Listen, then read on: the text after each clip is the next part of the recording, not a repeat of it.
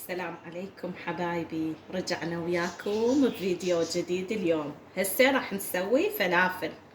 عندي هنا هذا الحمص نقعته من الليل وهسه غسلته وصفيته. وهنا عندنا نحتاج بيكنج باودر، وهنا كزبرة مطحونة، وهنا عندي راس بصل وكراث و4 سن ثوم وكرفس. راح نبدي نطحنهن ويلا نبدي. بسم الله. بسم الله. راح نبدي نطحن هاي الحمص اللي نقعته من الليل. ضروري تنقعونه من الليل. يلا هيك كمية كافية، بعدين نكمل الباقي.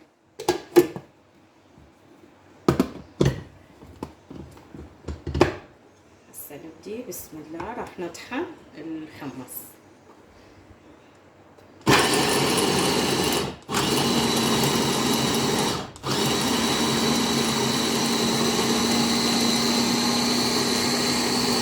وضروري يكون خشن، كل ما صار خشن مو انعم يصير طيبه ومنفشه. هسه هيجي كافي. هسه حبايب قلبي مثل ما تشوفون هنا طحنت الحمص كله. هسه راح اضيف له هذا كزبره تطي طعم طيب كلش.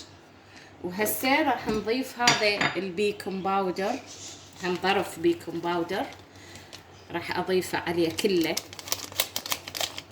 ها عيني.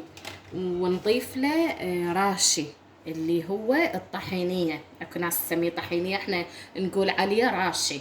هسه راح ابدي اطحن هذني اللي هو حبة بصل و4 سن ثوم وكرفس وكراث. هسه راح نبدي نحطهن بالمحضرة ونطحنهن. وهسه ضفنا الكرفس والكراث والبصل. هسه راح ابدي اطحنهم حتى على مود اضيفهم هنا.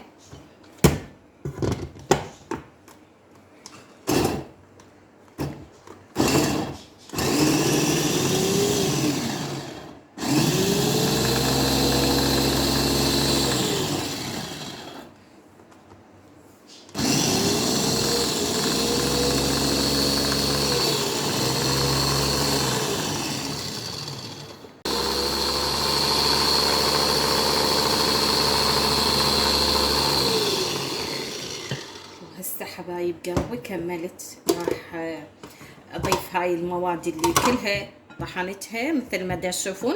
راح اضيفها هنا، وخليت هنا بيكنج باودر، خليت كزبره حتى يعطيها طعم طيب. وهسه راح اضيف هاي المواد والملح والراشي. هسه حبايب قلبي دريت هاي المواد كلها على الحمص المطحون وضفت ملح.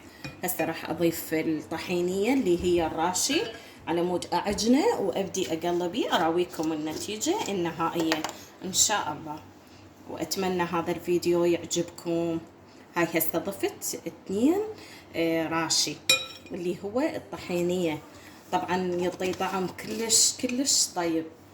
وهسه راح ابدي اعجنه ونروح على الطباخ اجهزه واقلي على مود تشوفون النتيجه النهائيه باذن الله. وهسه رجعنا وياكم حبايبي. راح ابدي اقلي. هنا حميت الزيت راح انص عليه، نصيت هسه. وراح نضيف اول وحده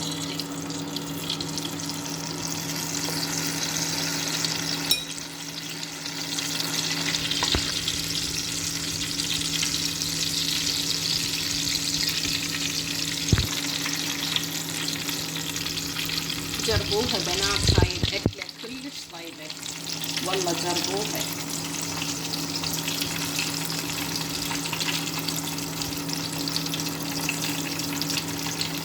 هسه راح أكمل وأرجع وياكم.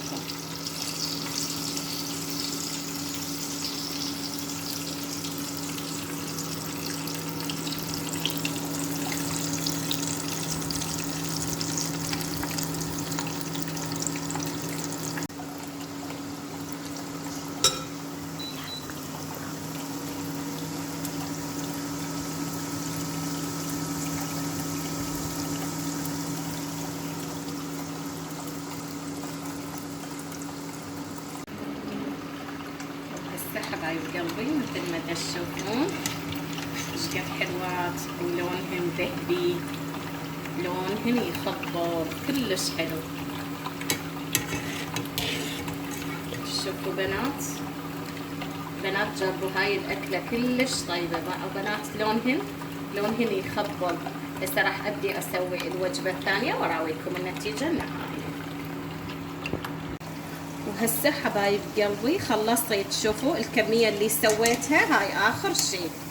شوفوهن شلون حلوات وذهبي، لونهن كلش حلو ذهبي. وأتمنى تجربون هاي الأكلة حبايب قلبي، أتمنى تجربوها لأن كلش طيبة. وهنا عندنا الصاص وتنوكل مع العنبر. وأتمنى هذا الفيديو يعجبكم، وأريد لايك وكومنت حلو من إيدكم الحلوة.